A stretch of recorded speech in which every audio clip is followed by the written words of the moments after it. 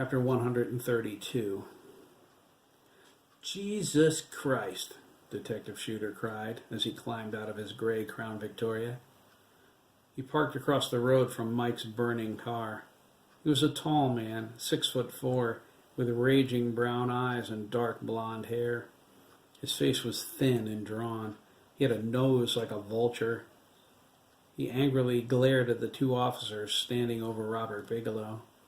Shooter asked, "Will somebody get the firemen down here already? What are you waiting for, Ricky? McMahon? Christmas?" Officers Ricky and McMahon were rookies in their first year on the force, despite not being old enough to purchase alcohol in Connecticut. They glared at their superior, fear and anger momentarily clouding their more professional judgment. "We've got officers down, Calvin!" Ricky cried. He pointed at Robert and Kate. "Yeah," McMahon echoed. "What gives, Shooter?" Shooter walked over with a Marlboro clenched between his teeth.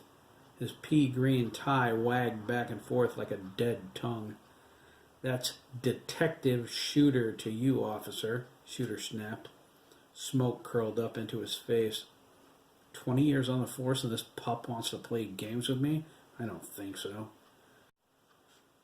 He took a long drag off his cigarette, trying to keep it dry from the rain. He turned to Ricky. "Now, do what I told you to do before I get angry. Get those cars away from the Buick before the heat blows them up, too.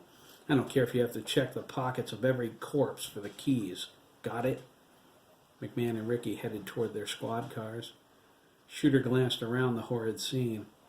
He thought, "Remind me that we moved to Lancaster to get away from the rising crime in Worcester." Well, Coco had a lot to do with it. God, we've had problems with that kid. It isn't easy having a cop for a father. I get it. But Coco acts like he wants to be on America's Most Wanted before he turns 17. Shooter took another long drag off his cigarette and inhaled deeply. He shook his head as he held the smoke in his lungs. "Honestly, I can't blame the young officers for being unsettled. I've been a homicide detective for 12 years, a patrolman for 8 before that, and I've never seen anything like this. The Buick Regal is toast." Black smoke billowed into the stormy sky as bright orange flames licked at the interior.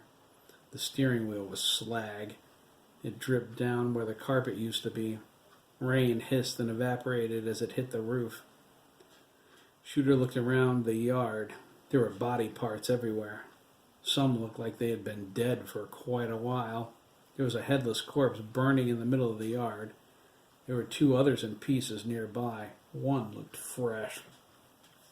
Shooter was sure a hand grenade caused his demise. Who has hand grenades in a little town like this, Shooter wondered, chewing on his smoke's filter. There was a group of injured people scattered around like leaves, in need of the ambulances he heard in the distance. A decapitated head sat in the walkway. Ian's surprised eyes stared at him. Man, Shooter thought. His stomach churned. He's just a kid. The whole scene was horror central. Shooter was glad his wife hadn't let their 13-year-old come with him. Graham went to crime scenes with him before, but he always waited in the car and watched from there. He was fascinated by the complexity of his father's job. There was a morbid excitement in being so close to a real murder.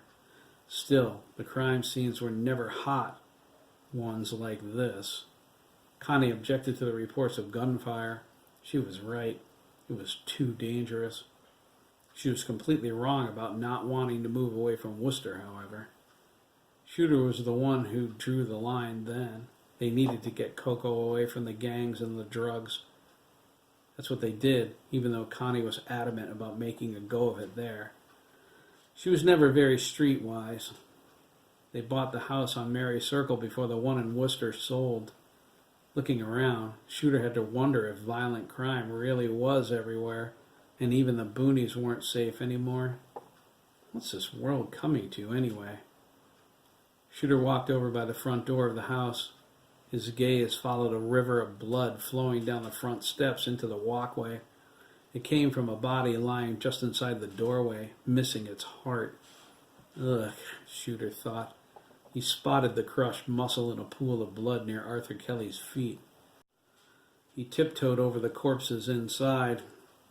He saw into the backyard through a hole in the wall. The floodlights shined on the armless remains of another kid about Coco's age.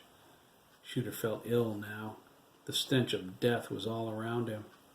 Whatever happened here was bad, Shooter thought. He was going to get some answers, starting with the kids by the ambulance. 3 of them seemed around Coco's age. The other 2 were closer to Graham's age, if not younger. The blonde walked over to the side of the house by the chimney. There was a blood smear running down the wall that led to another severed head. Jesus, Shooter thought, twitching his nose as he moved toward him. The stink! This was no place for Graham. Being deaf enhanced his remaining senses. The smell would have been a lot worse for him. Shooter reached out for Matt as he came up to him, but Matt pulled away. He cradled Sandy's head to his chest as he wept. There was blood all over his arms and down the front of his shirt. Shooter thought, guess he knows who the fresh corpse in the front yard is. That makes things easier. He left Matt and went to the boys over by the ambulance.